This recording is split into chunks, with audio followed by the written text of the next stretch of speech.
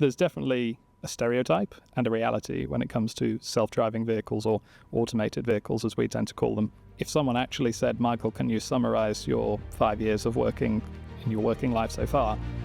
I would probably say trying to work out if something's safe enough.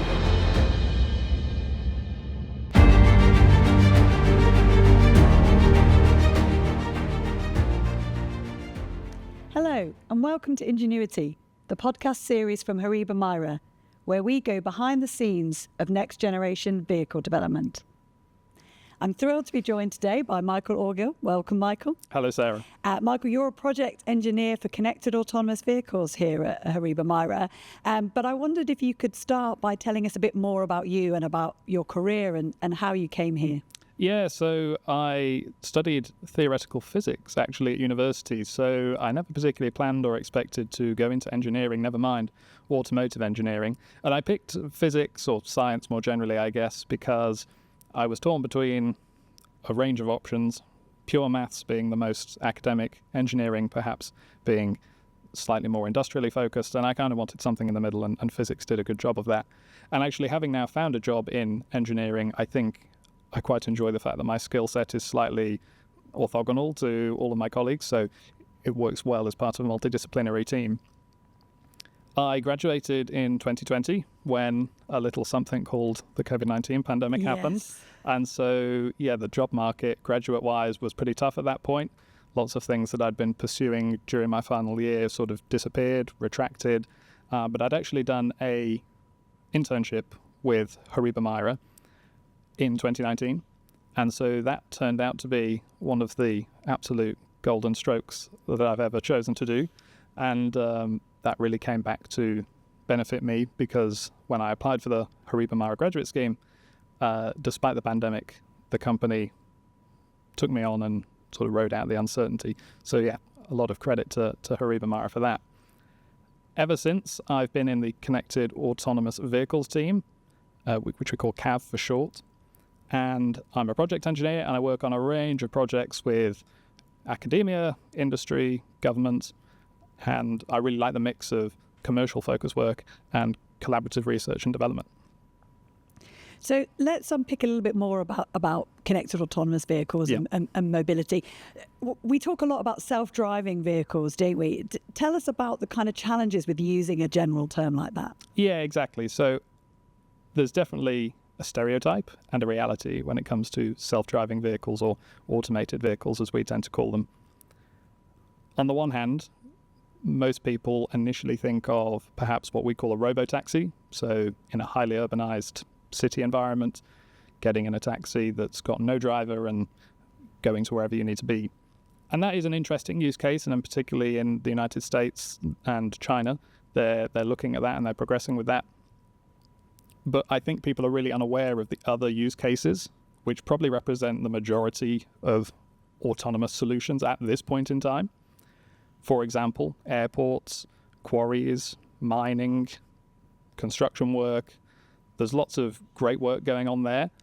So airports are one that was particularly relevant recently at CAM Innovators Day, when you and I both attended in London. And we've actually worked at MIRA with customers around heavy vehicles in construction and mining, in terms of pedestrian recognition systems to avoid what can be quite severe injuries and fatalities on those sorts of huge scale construction sites.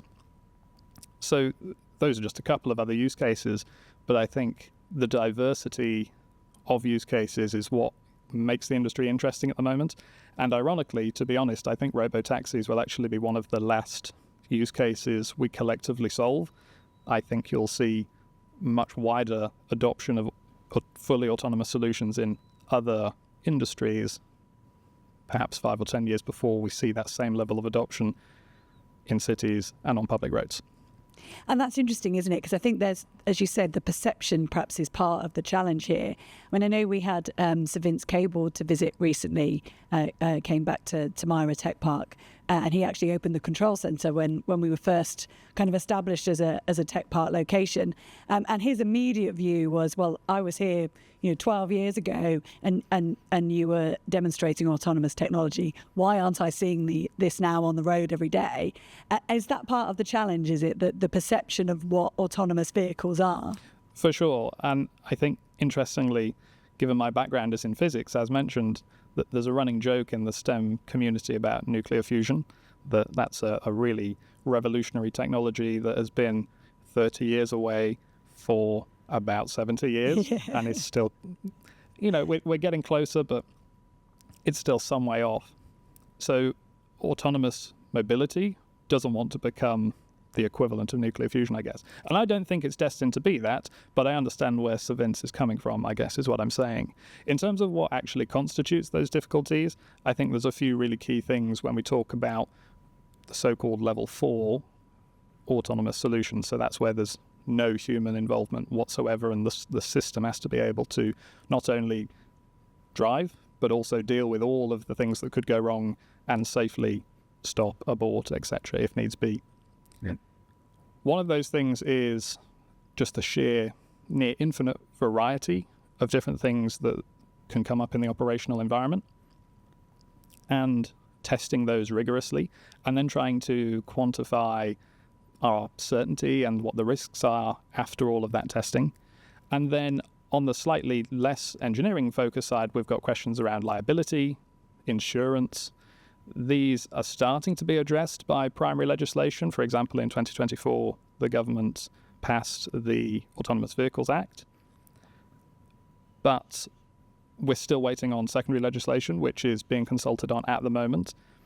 And I think that secondary legislation, if we get it right, as a country, could really put the UK in a strong position to start to disambiguate some of those questions around, for example, liability and how you capture the risk on the back of the test evidence in a safety case. And we're going to talk about that a little bit more soon. Yes, and it's really interesting, is it? Just an aside, but when I talk about connected autonomous mobility with kind of the community, the lay people, I often get asked the ethical question of, well, do you program it to run over the elderly person or the child? And I think, well, how many times have I made that decision in my driving? I've been driving for a long time now. How many times do I make that decision in my driving? It's never happened to me yet, touch wood. So yeah, it's interesting, as you say, kind of what that liability and that decision-making process needs to look like. Like you say, the trolley problem, as it's called, is quite a common one that people go to, but it is also a bit of a misnomer. Yes. I think it captures the spirit of why safety assurance of these systems is hard, but it's far more complicated than just making an arbitrary choice like that. Absolutely, and that ethical decision as well. Yeah. I guess, isn't it? So tell us a bit about the solutions then. So we've talked about the challenges. What are you doing here at HORIBA MIRA, and also as a wider connected autonomous vehicle community to try and solve some of these challenges? So at MIRA, we take what we call a scenario-based testing approach. So to give a little bit of background for our viewers, in 2016, the RAND Corporation quite famously published a short investigation into how much driving you would have to do with a fully autonomous vehicle to get enough evidence to be statistically certain that it was safer than a typical careful, competent human driver. And the number they came out with was just under 9 billion miles, and they do a back-of-the-envelope calculation to show that would probably take you 400 years.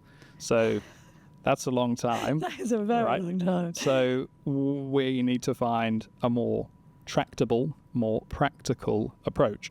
And scenario-based testing is exactly that approach to try and solve that problem. The premise being that instead of driving on public roads, although that is, of course, part of the overall assurance process, the more upstream testing is far more targeted. So instead of driving on motorways where 90% of what you've experienced, maybe more than 90%, is quite quickly repetitive, samey. You said yourself just 2 minutes ago, you've never had to actually make a decision about who to crash into, right? Most of the time, things are pretty smooth.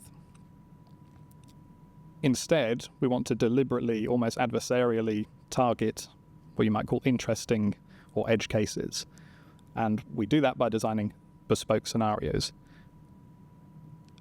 By then covering the entire search space with a vast array of different scenarios, we can, at much lower cost and in much shorter time, get the same level of evidence as the 400 years worth of driving. And we can statistically quantify it too. So it's not just hand wavy. We can sort of make that equivalence argument using the maths, where some of my skills come in. Beyond the scenario-based testing, we actually try and wrap the results up into what we call a safety case.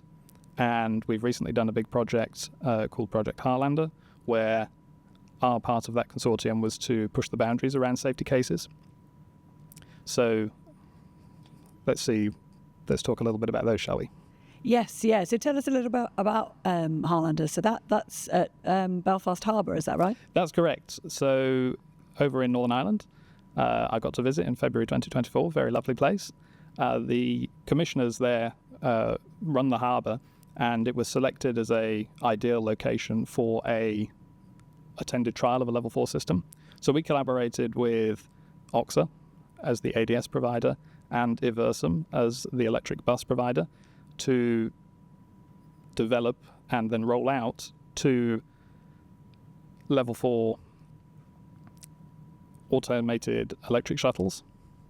You have to be careful getting those words out in the right order. Yes. And essentially, while the project is not quite finished, it's coming right towards the end of its life, I've seen the buses with my own eyes. So quite soon, rubber should hit the road, and we should be able to reap the reward of all the hard work. From Mira's side, though, what we've done is look at what that full umbrella level 4 safety case should look like, and we've developed a life cycle that really covers the proverbial cradle to grave, as it were. So safety cases or safety assurance cases have actually been used in other industries for decades. So, for example, space missions, NASA use them a lot. Controlled airspace, the containment of spent nuclear fuel. All of these, humans will agree, are high risk and therefore require very high integrity processes in place to make sure that the solutions we put in place are robust. And so we've tried to take inspiration from those industries and apply them in automated mobility. They are admittedly still somewhat novel in our side of the world, but they're certainly gaining traction. And I think, frankly, that they're definitely the way we need to go to facilitate level 4 mobility and overcome some of these hurdles we briefly alluded to earlier. And the safety case is really interesting, isn't it, in terms of that kind of multi-stakeholder approach. So it's not just the kind of the engineering and the technical side. You're also working with policymakers, insurance, those other areas as well. Yeah, exactly. So the safety case really, if you want to distill it right down, is a bridge between this vast testing and engineering activity and a claim that this automated vehicle is safe enough to deploy to its operating domain. And that is obviously a non-trivial problem, but it also has interest to people outside of what you might consider the core engineering development team. So as you say, some of the stakeholders are insurance providers, elected politicians, civil servants, even the local police in Belfast Harbour in that project. I actually had a meeting with the chief of police there to help him understand the implications of the deployment for his beats, for his local streets, basically. So you've got stakeholders who obviously need the information to be presented in the right format and at the right level. So the safety case is a mechanism by which to distill the conclusions in a quantified, rigorous, and objective, unbiased way for that vast array of stakeholders, so that the informed decisions, and that's the word I want to stress, informed decisions can be made. And that means then if we do want to take quantified low risks, we can do so confidently. One observation I would make is that in the US and China, compared to Europe, their risk appetite is much higher. That's why in some ways they're a little bit ahead of the curve. It's not because the technology is any better necessarily. It's because they're willing to go on, let's just give it a go. And while I'm not necessarily advocating for one approach over the other, that's for other people to decide. The fact that you can then quantify and inform your decision around, well, I'm willing to take this much risk, but not this much risk, and that's a very powerful tool for the people who need to make those decisions, in our view. Yeah, absolutely. And I think, as you said, this is a great place for HORIBA MIRA and the UK in general to be that kind of home of safety and of deploying these technologies. Absolutely. In as you say, in a kind of safe, tested way. You used a phrase then that I found really interesting. You said safe enough. So tell us a bit about how do you decide, obviously working with stakeholders as well, but also the kind of the technical aspect of that. How do you decide what is safe enough? It's a great question. And if someone actually said, Michael, can you summarize your 5 years of working in your working life so far, I would probably say trying to work out if something's safe enough, right? That really is the total golden question.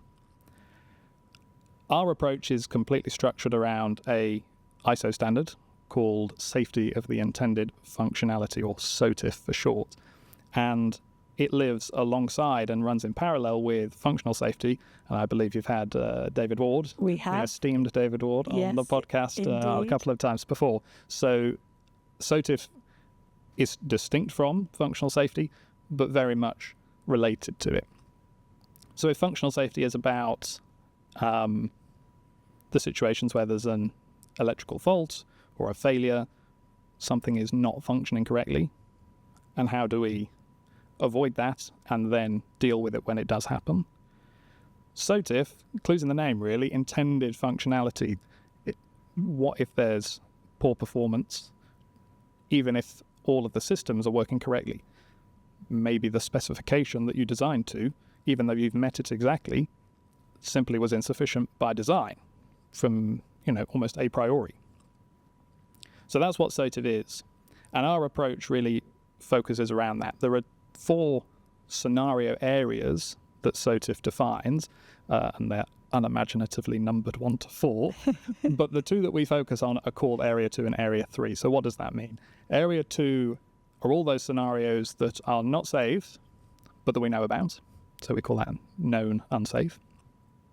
And Area 3 are those things that aren't safe, but we've not actually discovered. So they're perhaps you might consider the biggest concern overall. How do you discover those Area 3 scenarios so that you can mitigate them? Because, of course, we don't just find them and go, oh, great, we found them. The reason it's good to find them is because then we can do something about them and eventually move things out of Area 2 and 3 altogether. One of the most novel approaches we've taken to sort of turn SOTIF into a reality, because the standard is great, but perhaps a little bit light on the how. It's got a lot of the what's. HORIBA MIRA have helped to push the boundaries of what the how of SOTIF looks like. And we've tried to quantify risk using statistical methods that mean we can search the scenario space in a very intelligent way. So if we find something that looks a bit interesting, we can dig a bit deeper. To give you an example, if an automated vehicle is driving down a road and fails to detect a pedestrian on the pavement by the side, but carries on through, there's no actual collision or obvious harm there, but actually you can learn something from that leading indicator of the failure to detect a pedestrian. So, okay, they happen not to walk out into the road, but what if they had? They hadn't been detected. Mm-hmm. So you can learn a surprising amount even from scenarios that to the human eye, without all the data underneath, kind of look uninteresting. And as part of that quantification of risk, we essentially can then meet the specific safety goals that live in the safety case. And this is really where that bridge I described talks about. So the safety case might have laid out that in a particular scenario, the rate of false negative detections needs to be less than 1 in 10,000. And we can use our test evidence then to prove that out. And I always like to give an analogy here because I think stats can be a little bit intangible to a lot of people. So, imagine you're flipping a coin. So it's got only 2 options, heads and tails. If you flip the coin 5 times and you get 5 heads, how confident are you that it's not a fair coin? Well, probably not at all. It's not impossible by any stretch of the imagination to get 5 heads in a row. What about 10? What about 20? How many heads in a row before you go, hold up, this is a bit fishy? And to take the extreme case, if you did it once and went, oh, now I've got a head, well, I wanted a tail, you can't claim it's a biased coin, right? So how does that relate to the testing? Well, if we say the safety criteria is fewer than 1 in 10,000 scenarios, and we do 10,000 scenarios and we haven't seen any, how confident are we it's less than 1 in 10,000? Well, actually, it turns out not very. But we can put the processes in place to understand how many scenarios we do need to execute, and more importantly, execute them in the most efficient order, so that, these big verification and validation budgets that are going to be necessary to assure that keyword safety assurance, to assure the safety of an automated vehicle, are put to best use. I think an organization or author called McKinsey in 2022 estimated that for the higher levels of autonomy, the verification and validation burden could be up to $500 million. That's a lot of money. So can we either bring that down by a large chunk, and then once we have done that, how do we make the best use of what's left? You've absolutely hit the nail on the head there, haven't you, in terms of that commercial challenge, and bringing these new technologies to market is costly, but actually that whole testing and, as you say, validation and verification is hugely costly as well. And I think what always fascinates me when I kind of see this in action is the amount that is done from a simulation perspective, or from a, as you say, from a data analysis to statistical, get that right, perspective, before you even go anywhere near our autonomous test track. So it's fascinating, that kind of hand-in-hand work that goes on. Yeah, exactly. So we call that, the posh word for that is called multimodal testing. Thank you very much. I'll use that. Where we have, like you say, physical stuff on a proving ground. For example, our amazing assured cab facilities here at HORIBA MIRA. But of course, you can only do so much in the real world. Simulation can be run much quicker, much faster, without any concerns about risk, because if you crash in a simulation, there's no harm done. So that's really your playground, I suppose, and engineers use that extensively for development. There is still an interesting question that relates to the safety case and the risk quantification there, though, and we tend to call that correlation, this idea being that you have to be able to trust your simulations. So you need to do some sort of activity to essentially validate that your simulation is producing the same outcomes as if in a perfect world you had 400 years to do all that physical testing if you wanted to, that you really are getting equivalence by swapping to a simulation, and you're not essentially confirmation bias, or for that matter, it goes both ways too, because what engineers don't want is to solve problems that aren't actually there. So you've got the question of, we want to make sure that any hazardous behaviors are replicated in simulation so that we can address them and find them. But you also want to make sure that non-hazardous behaviors don't manifest as hazardous behaviors through sort of just purely the simulation's fault rather than the automated vehicle's fault, if that makes sense. Yeah. So it goes both ways, and that what we call correlation piece is really important, and we've just finished a big project with Sensic actually about that, so I think the report on that should be out soon too. Oh, fantastic. You heard it here first. Yeah. So it seems like we're really on the cusp here of some paradigm shifts, and you're obviously so close to this at the bleeding edge. Can you tell us a little bit about that? Absolutely. I think there's perhaps two key paradigm shifts that I see as necessary but also on the horizon. The first of those relates to SOTIF, which we've discussed so far in our conversation, but a recent study actually found that 60% of AV safety-related issues were derived from SOTIF and failure to address it, and 6% is a big number. So we have the techniques developed here at HORIBA MIRA, but because SOTIF is only a standard instead of a regulation, we're still just saying we're right at that point of inflection in terms of adoption to properly address SOTIF. And actually, to take that even further, almost 3 for the price of 2, at MIRA, we're really keen to apply those same methods that we apply to safety of the intended functionality to other aspects of the intended functionality. For example, comfort, progress, efficiency, all of these good things. Efficiency is obviously really closely related to the bigger picture of net zero and sustainability. This does yield some slightly funny acronyms in terms of POTIF and COTIF, and with efficiency, I don't know how you're supposed to say YOTIF. Yeah, something like that. But that's certainly a paradigm shift we need to see. So properly addressing SOTIF and beyond, let's put it that way. I think the other paradigm shift really relates to that slightly more granular point of quantifying the residual risk. And when you're doing safety assurance on this scale, I think we need a shift in how we approach traditional safety engineering requirements. There will always be requirements, and there will always be some that are addressed in the traditional straight-laced way, shall we say. But when you're working with systems that have artificial intelligence, machine learning, and other what we call black box systems, where it's really hard to see what's going on inside, combined with the massive variety of the operational domain, being roads and highways, I think we need to start taking a more statistical approach to how we frame safety requirements, not just actually go about assuring them. So, for example, earlier I gave that 1 in 10,000 situation. So the safety requirement might be at least 99% confident that the rate of false negative detections is no greater than 1 in 10,000. The difference being that first bit, at least X% confident. Because it's more probabilistic, essentially, yeah. And that's where, of course, all that good maths and statistics work comes in. Yes, and hence why you're part of that. Indeed. And that actually brings me on nicely to my next question, because I was going to ask you about your career highlights so far. So I know you've only been here for a short time, so especially in HORIBA MIRA terms.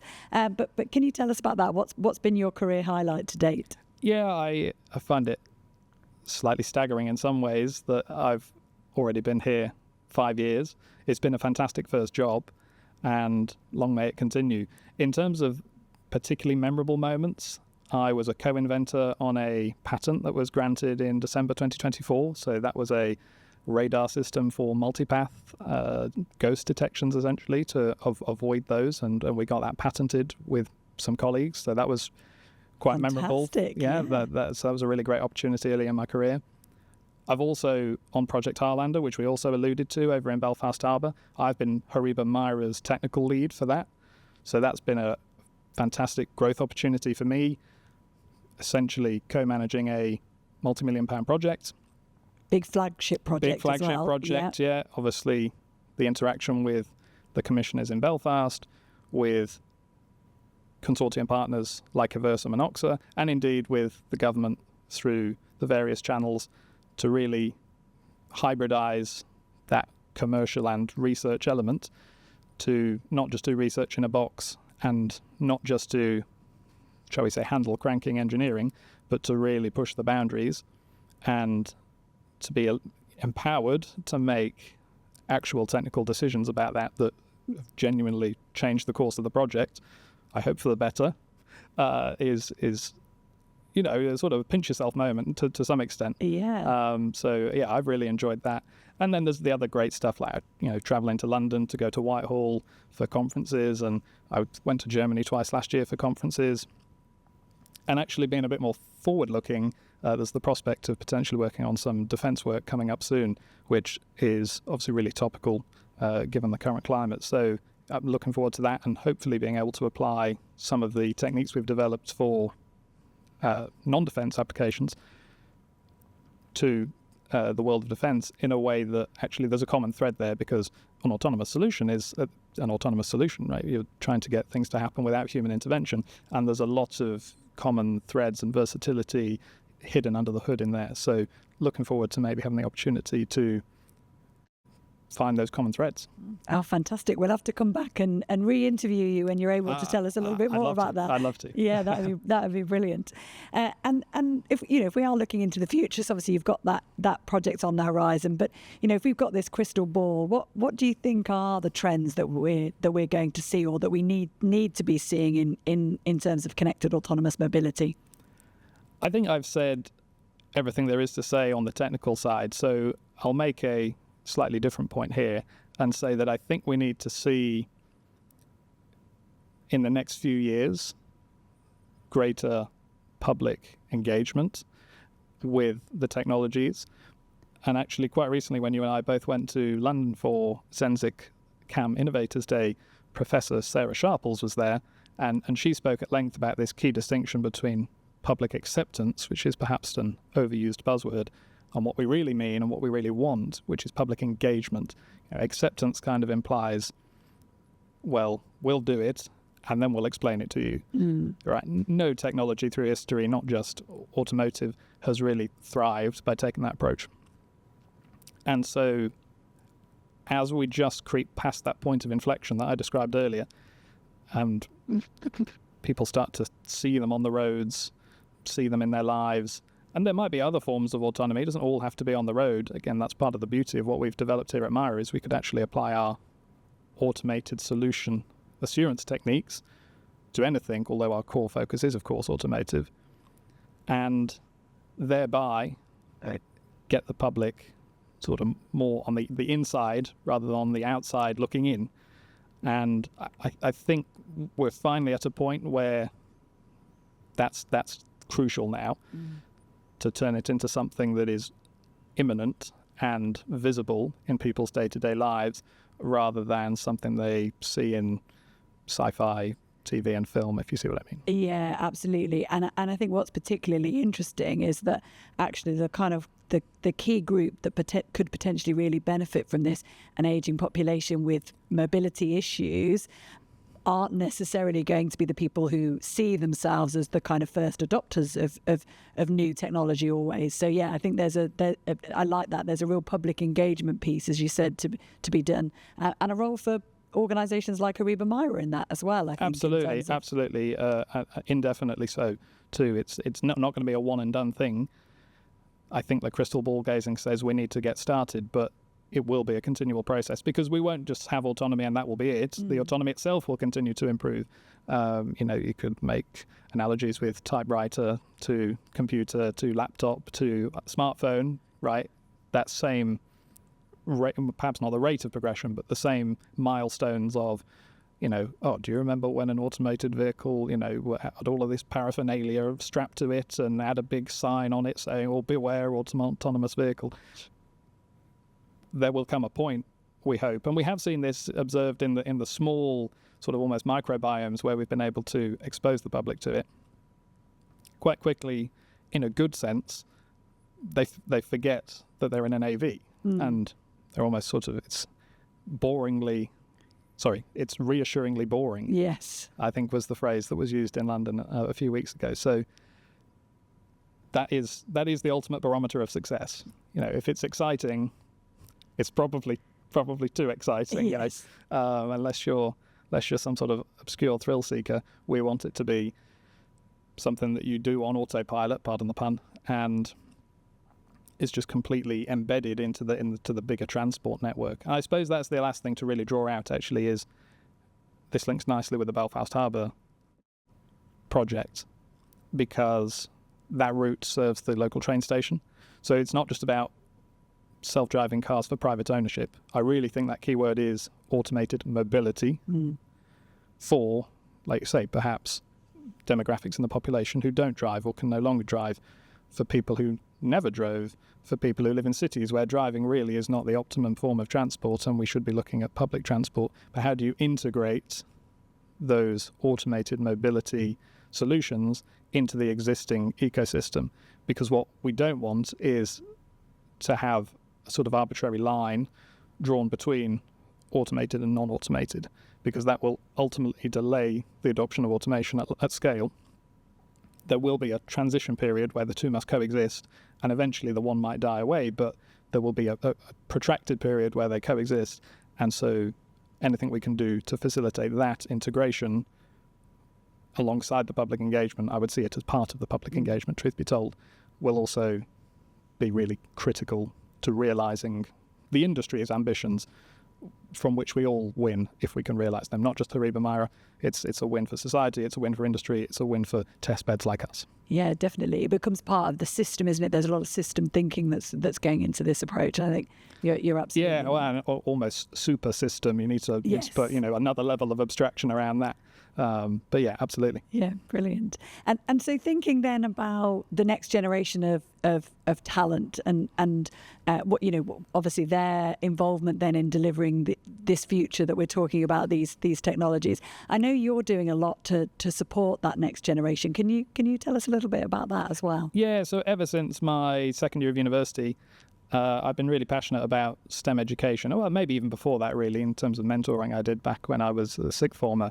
But at university, I had quite an intense course. I hope that doesn't sound like a brag. But I did want to do some sort of work, to earn a bit of pocket money, as it were. But I wanted really to align that with something bigger. I didn't want to just sort of tick a box. And so I started tutoring online. And this was before the pandemic, so before doing everything on Zoom was cool, and sort of the way it's done. And really, I intended it to be just a university thing, really. And I enjoyed it, and it was great to help people and pass on that knowledge. And working with people just a few years younger than you can really relate to where they are in their career or educational journey. And I like to think they can see a role model who's a bit more in touch, only a few years ahead of them. But when university ended, I still enjoyed it and loved it so much that I kept going. So I will resist plugging the name of my business, but I now run my own business that I founded back then, and we've actually expanded into a bit of a family enterprise now. So, the core thing to focus on is bringing up the next generation of talent. And I think what I enjoy and feel I can really add value by doing is bringing the curricula in science and maths to life by applying and telling anecdotes from, etc., my real world industrial engineering experience, so that when I'm teaching, I know statistics is particularly topical to this podcast, but any bit of maths or physics, chemistry, you've got batteries, they have chemical aspects to them, right? You can actually give examples so that when you get this classic question of, yeah, but when am I going to need that in my real life? When am I going to use this bit of, you can actually go, wow, well, let me tell you, I'm glad you asked, because there are loads of applications, uncountable number of applications, and seeing the curricula brought to life for them and the sorts of resulting increase in motivation and enthusiasm, that becomes a win-win, because if the student's excited, I'm even more excited, and it really just builds what I think education should look like at scale. So there's a whole other podcast in here about educational policy and how you bring the curriculum to life. But I really enjoy that, and I hope to continue it. And it's been great that HORIBA MIRA have also given me opportunities to work with our graduates. I and a couple of colleagues actually run a graduate and apprentice network, completely internal to HORIBA MIRA. That means we can give the new kids on the block, as it were, exposure to one another, and that sort of communal learning, greater than the sum of its parts, I think is also really powerful. So yeah, lots of stuff in there, and really keen to keep all things education and next generation going. And I think there's exciting prospects. There were exciting prospects here when I started, but I think they're even more exciting now. And so, yeah, let's keep going. Let's keep getting the new talent in the door. And I think the next generation of the workforce, as it were, are going to have a lot of headwinds with the onset of things like AI. So the more we can foster them, the more robust we can make them sort of at that younger age, the more versatile their interests and their skills can be to work as part of multidisciplinary teams in organizations like HORIBA MIRA. That is the future. Historically, people have perhaps been pigeonholed to some extent, but I really don't think that's sustainable going into the future. And we're seeing that at places other than HORIBA MIRA too. If I think about my colleagues who work in academia, Centres for Doctoral Training, or CDTs, are really gaining traction too for places where people essentially study for their PhD.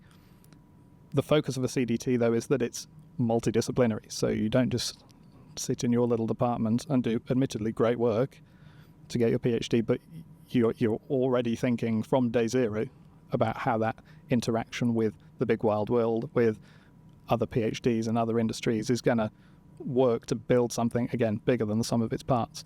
So that's where my passion outside of automated vehicles sits, and it's great to be able to keep toes dipped into both ponds, as it were, and the automated mobility future looks really bright, I think.